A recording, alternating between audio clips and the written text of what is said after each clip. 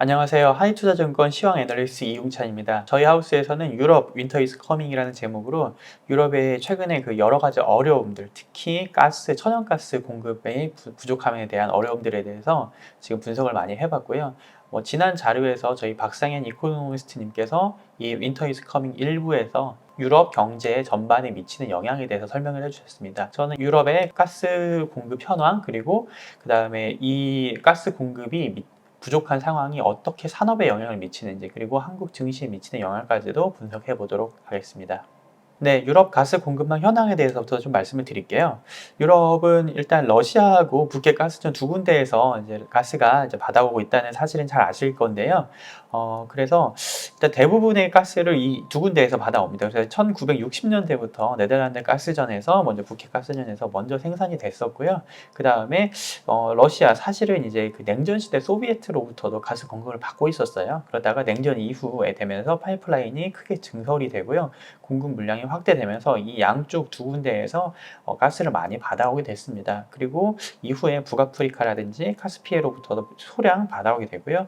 미국의 셰일 오일, 셰일가스가 이제 개발되고 나서 천연가스가 수출되고 나서부터는 본격적으로 글로벌 LNG를 또 받아오게 되는 그런 상황이 됩니다. 그래서 이런 식으로 그 가스를 공급받고 있고요.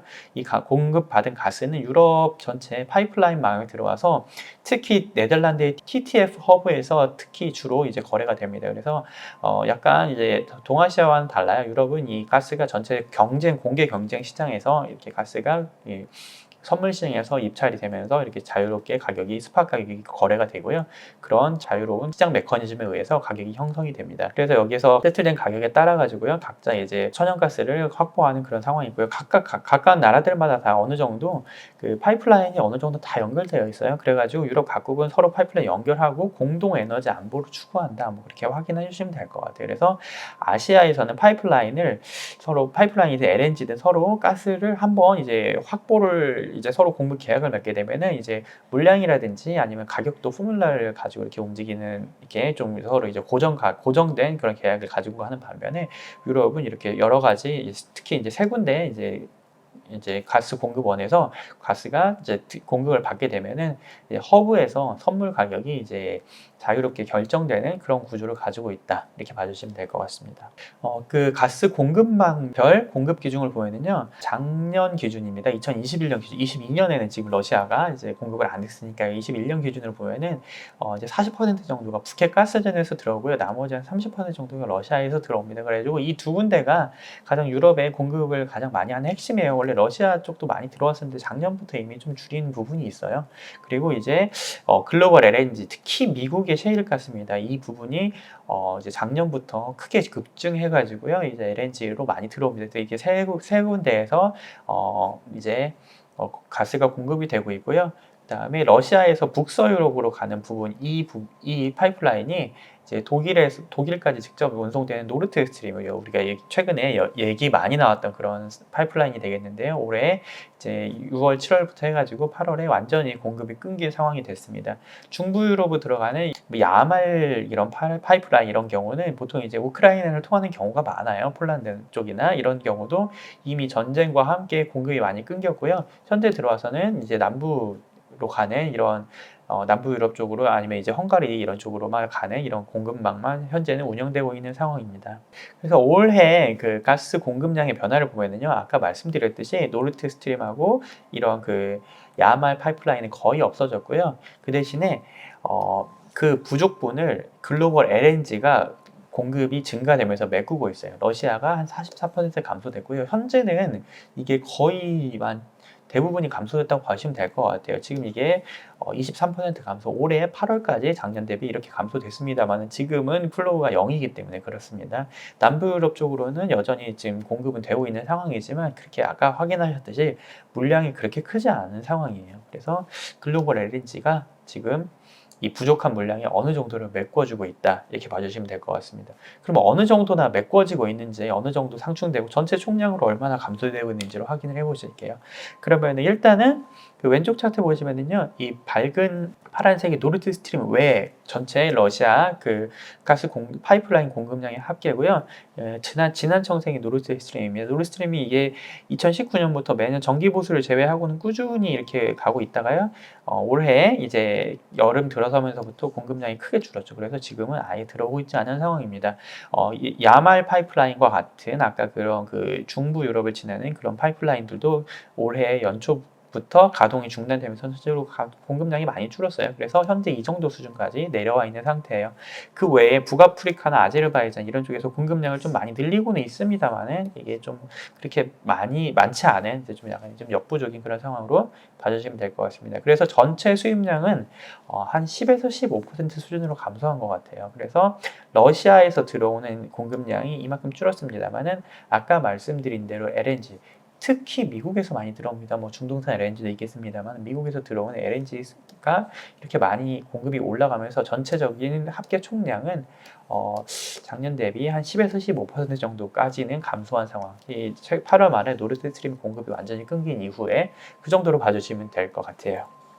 그렇습니다만은 여튼 저장은 많이 해 놓은 상황입니다. 저 일부에서도 확인하셨겠습니다만은 전 유럽으로 거의 80% 이상, 그리고 뭐 가장 중요한 독일이라든지 이런 뭐 프랑스라든지 영국은 뭐 이제 가스도 이제 뭐 공급이 되고 생산이 되고 있는 나라고요. 그래서 이런 중요한 국가들이 저장을 목표치를 뭐 거의 초과 달성해서 저장해 놓은 상황이기 때문에, 그리고 아까 보여드린 대로 LNG의 미국발 LNG 공급은 그래도 계속 진행되고 있기 때문에 올 겨울은 날 수 있을 것 같아요. 이미 지난해 고점을 넘어선 상황이고 LNG는 계속 들어오고 있기 때문에.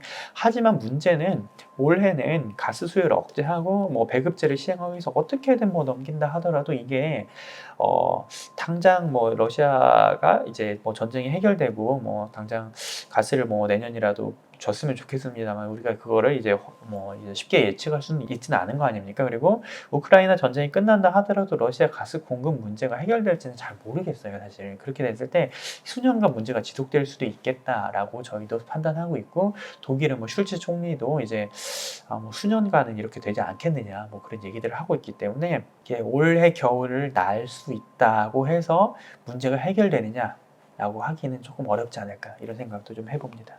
그래서 이런 어려움들이 정치 리스크로 이어지지 않나, 이런 걱정이 좀 들어요. 그래서 어떻게 정치 리스크로 이어지느냐 말씀을 좀 드려보면요, 일단 그 유럽의 그 정책 당국에 대한 불만들이 좀 많이 나타나고 있습니다.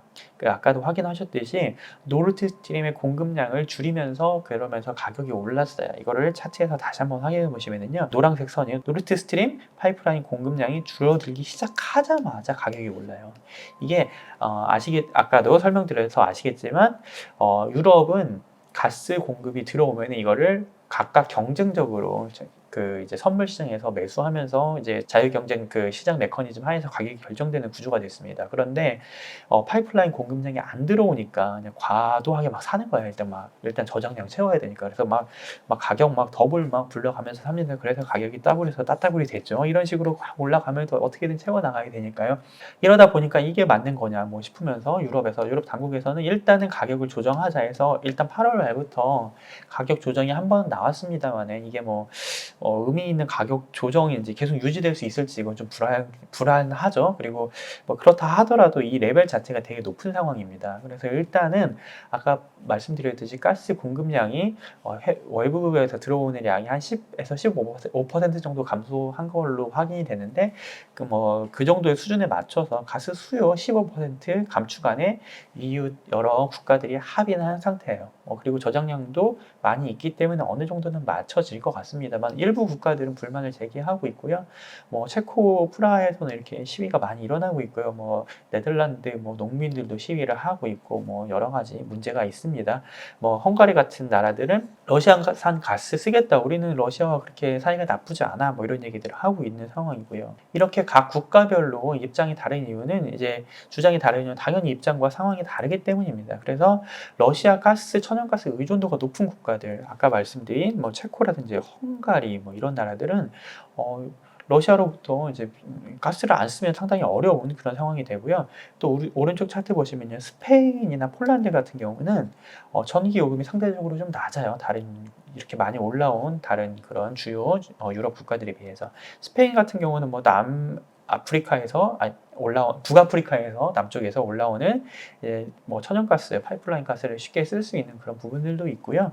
폴란드 같은 경우는 석탄 화력 비중이 높습니다. 뭐 이런 여러 가지 각각 국가들의 사정이 또 다르기 때문에 이렇게 그 에너지 감축안에 대한 그런 정책의 그 입장도 각각 다른 상황이 된 것 같아요. 그리고 특히 독일이 일단은 에너지 전환 얘기를 많이 하고 있지 않습니까? 그래서 신재생 에너지라든지 이런 부분에 있어서 독일이 가장 앞서 나가서 에너지 전환 정책을 얘기하고 있는데 또 그걸 원하지 않는 나라들, 특히 이제 조금 못 사는 나라들, 이제 유럽 내에서도 그런 같은 경우 좀 부담인 나라인 경우들은 또 그런 부분에 대해서 너무 이제 에너지 전환을 너무 빨리 가는 거 아니냐, 우리는 좀 부담이다 이렇게 얘기하는 경우도 있고, 전체적으로 나라가 다 많고 입장이 다 다른데 결국에는 이 EU라는 전체 헤드 쿼터가 이거를 전부 다 같은 정책으로 통제를 해야 되고 서로 가스 감축안을 합의를 해야 되고, 이 가스가 어느 나라와 어느 나라 서로 다 다른 게 아닙니다. 결국에 같이 유럽에 그 유럽 대륙에 들어오면 이걸 가지고 서로 경쟁적으로 경쟁 시장에서 사서 저장을 하는 그런 구도이기 때문에 이게 한두 나라 간에 한두 나라만의 그런 정책으로 해결이 되지 않아요. 서로 이제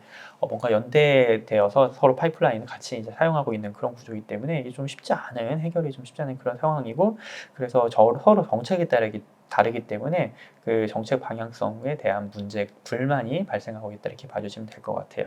그래서 이렇게 전기 요금이 많이 올라오고 가스 요금도 많이 올라오는 상황이 되니까 독일이라든지 영국 같이 좀 여유가 있는 나라들은 이제 재정 정책 해가면서 보조금 줘가면서 어떻게든 좀 이제 물가 부담을 좀 완화하겠다 이렇게 하고 있는데, 또 돈이 없는 나라들은 또 쉽지 않죠. 뭐 이런 상황이 됐습니다.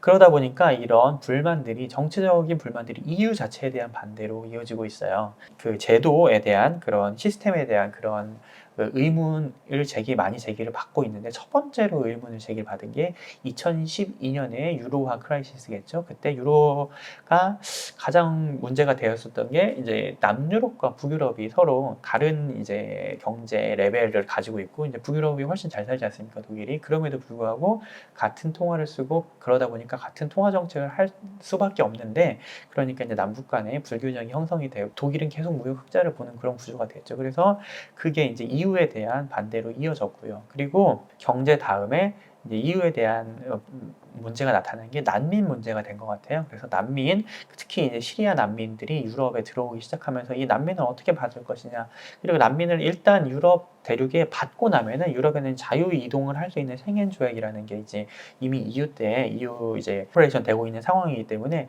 한 번 EU 국가에 들어오고 나면은 그러면은 웬만해서는 이게 난민이 계속 이제 그 EU 국가 내에 있게 되는 거예요. 국경을 서로 이제 자유롭게 움직일 수 있기 때문에. 그러다 보니까 이게 통제하기가 되게 어렵고, 받고 싶지 않은 나라와 받기를 원하는 국가 사이에서도 이제 서로 의견이 충돌이 되게 됩니다. 그러면서 급기야 결국에는 난민에 대한 반발로 난민 수용에 대한 반발로 영국은 브렉시트로 EU에서 탈퇴를 하게 되었어요. 최근에는 이 에너지 정책과 러시아 가스 제재에 대한 그런 견해 차이도 EU에 대한 불만 사항으로 추가되었다.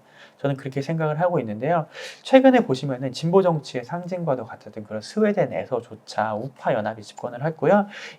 러시아 극우 세력이라고 할 수 있는 스웨덴 민주당이 정말 많은 이런 이제 의석을 확보를 하면서 우파 연합이 전체적으로 집권을 할 것으로 거의 확정시 된 것 같습니다. 그런 상황에서 이탈리아에서도 보시면은, 이탈리아에서도 그 극우 정당이 지지율이 가장 높은 상황에서 9월 말 총선이 예정되어 있어요. 이렇게 EU 체제에 대한 반대가 심해지게 되면 이제 포퓰리즘, 또 이제 민족주의적인 극우 정당의 집권 가능성이 높아지고요. 또 이렇게 되면 유로존에 대한 위기, 또 유로화에 대한 그런 유로화 이제 디스카운트 이런 부분으로 연결이 되게 됩니다. 또 재정 낭비라든지, 또 이제 각 국가에 대한 크레딧 스프레드라든지 이런 부분에 대한 또 여러 가지 리스크로 번질 수도 있겠다, 이런 걱정들이 좀 듭니다. 이것들은 뭐 당장 이게 리스크로 이제 나타나거나 그러지는 않겠습니다만은, 좀 길게 봤을 때 EU에 대한 한 가지 불만 사항이 더 추가됐다, 저는 그렇게 생각을 하고 있어요.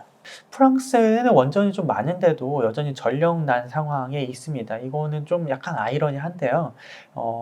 왼쪽 차트 먼저 보시면서 이제 확인을 해 보실게요. 프랑스 원전 발전량 추이가 2018년부터 해서 꾸준히 낮아지고 있어요. 왜 그러냐면은 이 원전이 아무래도 탈원전 기조가 이제 유럽에서도 있었고요. 거기에 더해서 코로나 사태로 인해서 이제 정기 보수를 하기가 좀 어려운 상황이 되니까 보수 미비하게 되면서 그러면서 원전 발전량이 좀 많이 줄었습니다. 게다가 올해 여름에 들어서는 가뭄으로 인해서 냉각수가 부족해지면서 가동률이 많이 급락해진 상황이에요. 그런데 이 프랑스가 원전을 제대로 좀 빵빵하게 돌려야지 이제 유럽이 전체적으로 전력을 공유하고 있는 그런 부분들이 있고요. 또 독일 같은 경우는 이제 그 신재생 에너지를 계속 이제 비중을 확대를 해 오면서 이제 전통적인 발전 뭐 이제 뉴클리어 원전이라든지 아니면 석탄 이런 부분의 발전을 좀 많이 이제 좀 특히 이제 좀 줄여 나가고 있는데요. 그런 상황에서 이제 러시아 가스마저 안 들어오는 상황이 되다 보니까 프랑스 원전에 대한 좀 이제 기대가 이제 수입을 할 수 있게 되면 좀 많이 여유가 생기겠습니다만 마침 또 이제 프랑스는 원전이 많은데도 불구하고 전력난이 있는 상황이에요. 그래서 만약에 이게 좀 더 상황이 개선된다고 하면은 유럽에 좀 전력난이 조금 완화될 수도 있겠습니다만은 일단은 당장은 가뭄과 보수 미비로 정상화에는 좀 시간이 걸릴 전망이라고 좀 생각이 됩니다. 프랑스 마크롱 대통령이 뭐 아시겠지만 원전 가동 정상화하고 원자로도 증설을 하겠다고 했어요. 프랑스는 뭐 탈원전 기조하고 조금 거리는 멉니다. 하지만은 이 원자로 증설하는 거는 뭐 수년간 걸릴 일이 되겠고요. 일단 아직은 보수 같은 거 부분도 조금 시간이 좀 걸릴 문제가 된 것 같습니다. 네, 우크라이나 전쟁이 좀 해결되고 나면 문제가 좀 풀릴 것 같은데요. 우크라이나 전황을 보면은 뭐 올해 3월 같은 경우에 러시아군이 완전히 뭐 압도를 했다가 사실 이제 좀 바로 이제 또 철수를 했고요. 그 다음에 남부 지역에서 마리우폴 항구가 함락되면서 우크라이나가 뭐 러시아가 우위를 가져가는 듯 보였습니다만 최근에는 이제 동부 전선에서 우크라이나가 동부를 탈환하면서 다시 이제 조금 우크라이나가 조금 이제 우위를 보이고 있는 게 아니냐 약간 이런 정도의 좀 상황이 된 것 같아요. 아무래도 이제 우크라이나는 이제 인구가 러시아의 3분의 1밖에 안 됩니다만 그래도 미국의 지원 하에 무기 지원하에 총력전을 펼치는 중이고 러시아는 일부 지역에 이제 군인들이 참전하면서 총격전까지는 아니지 않습니까? 그래서 어느 정도 힘의 균형이 맞춰지거나 아니면 우크라이나 조금 이제 선전이 지속되는 것 같은데 이 전쟁이 그래도 해결되고 나면은 뭐 그래도 좀 문제가 풀리겠습니다만 오히려 이렇게 우크라이나 선전이 지속되는 만큼 당장 이게 가스 문제가 해결될 것 같지 않다. 올 겨울에 에너지 고민이 좀 불가피하지 않겠느냐 이렇게 생각이 돼요. 오히려 러시아가 밀리게 되면은 러시아는 가스 공급을 뭐 전면 중단할 수도 있고 곡물 같은 거 수출을 중단하면서 여러 가지 에너지뿐 아니라 여러 가지 자원들을 무기화할 수 있겠다 이런 생각이 들어요. 그래서 올해 겨울에 이제 이런 에너지에 대한 레버리지는 러시아에 있기 때문에 겨울에 이 에너지 고민이 좀 있지 않겠느냐 이렇게 생각이 됩니다. 차라리 우크라이나가 쉽게 무너지면은 유럽 각국도 러시아의 뭐 편을 들어줄 수도 있을지도 모르겠습니다만 이렇게 전쟁에서 좀 우위를 보이고 있는 상황에서 서로 양보를 하려고 하지 않을 거기 때문에 올 겨울에 러시아산 가스에 대한 난은 좀 어려움은 계속될 것 같다. 저는 그렇게 생각이 되고 있습니다.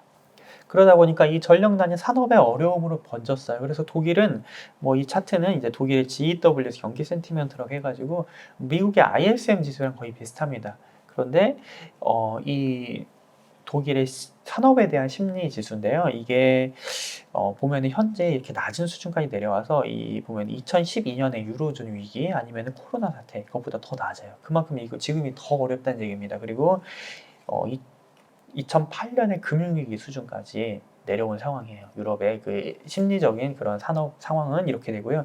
여기서 더 내려갈 것 같아 보입니다. 그렇게 지금 상황이 안 좋은 상황이고 산업 생산이라든지 철강 생산량도 계속 내려가고 있는데 더 내려가지 않을까. 이번 겨울에 분명히 산업을 끄기 때문에 더 내려가는 거는 명확하다. 이렇게 생각이 되고 있어요. 그래서 물가 부담이 높고 산업 가동도 제대로 못하기 때문에 유럽은 스태그플레이션의 어려운 상황이 거의 뭐 확실하다 이렇게 봐주시면 될 것 같습니다. 그만큼 한국에도 어려움이 있을 것 같아요. 이게 유럽의 천연가스가 많이 가격이 올라가게 되면서 한국의 천연가스 수입 가격도 올라갈 수 있겠습니다만 또 그것보다도 유럽이 이렇게 코스트가 많이 올라가고 에너지 비용 많이 쓰게 되는 만큼 그만큼 수요가 특히 재화 수요가 많이 줄어들 것 같거든요. 그러면 한국의 IT들을 팔 수 있을까요? 뭐 가게가 지금 전기요금을 뭐 한 달에 막 4, 50만 원씩 내는 것 같고 거기에다가 만약에 겨울에 가스비를 뭐 뭐 100만 원씩 내게 된다고 하면은 어떻게 뭐 휴대폰을 바꿀 수 있을 것이며 이제 PC도 사고 그런 수요들이 다 없지 않겠습니까? 그런 부분들이 한국의 IT에는 계속 좀 어려움으로 나타나지 않을까 이렇게 생각이 들고요.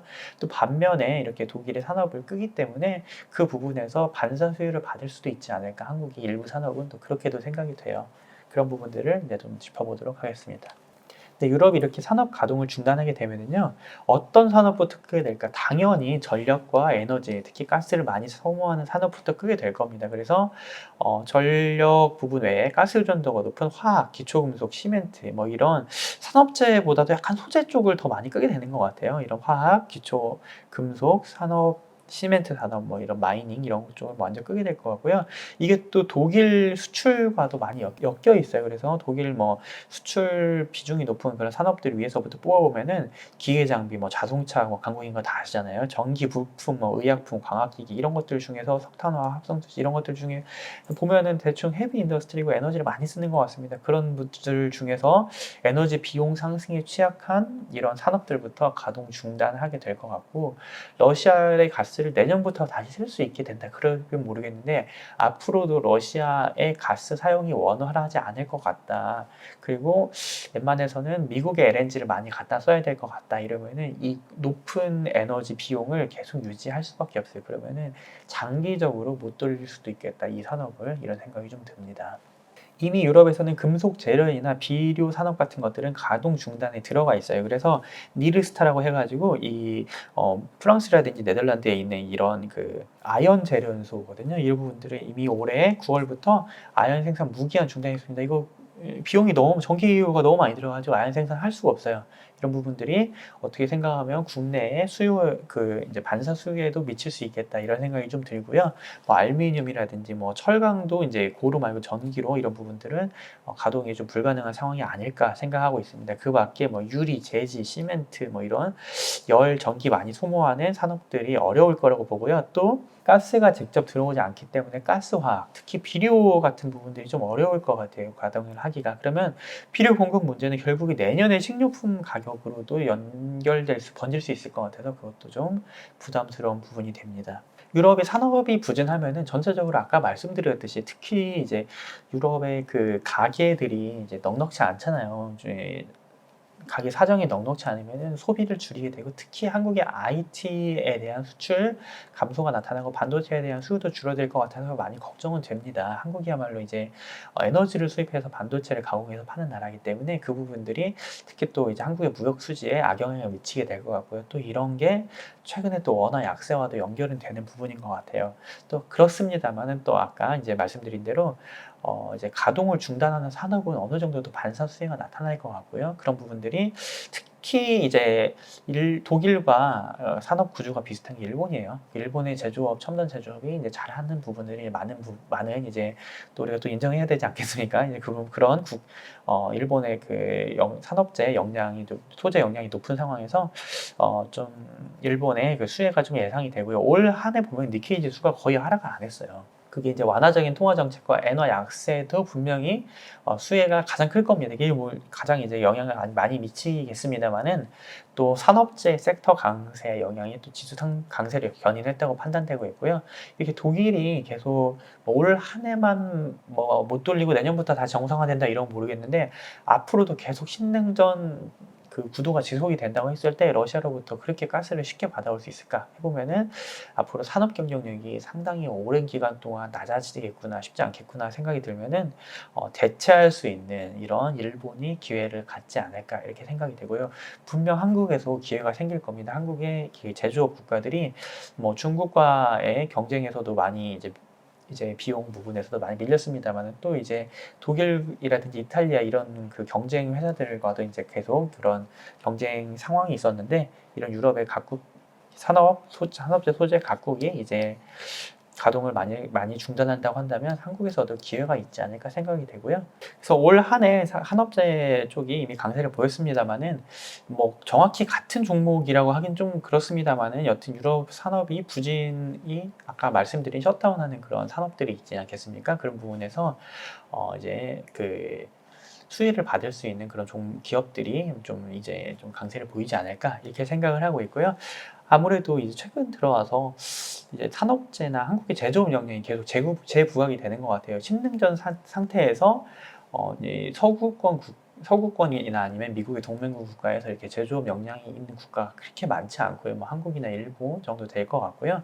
거기에서 이제 유럽 국가들마저 이제 산업을 돌리지 못한다고 하면은 한국에 조금 더 기회가 있지 않을까 이렇게 생각을 해봅니다. 그래서 주가가 비싸지 않고 PBR 밸류에이션이 낮은 그런 종목들 중에 아직도 예, 최근에 뭐 태조 이병헌이라고 해가지고 이런 관련된 종목들이 되게 많이 올랐습니다만 아직도 안 오른 그런 중소형 쪽에서는 조금 기회를 많이 찾을 수 있지 않을까 이런 생각을 해봐요. 그래가지고 그런 부분들에서 유럽의 제조업 차질이 호재로 작용할 수 있는 산업 뭐가 있을까 보면 지금 생각할 때 뭐 비료화학이나 재련, 기계, 자동차 부품 그런 독일이 앞으로 장기적으로 산업을 못 돌릴 것 같다 그런 부분들에서 수혜가 나타나지 않을까 이렇게 생각을 하고 있고요.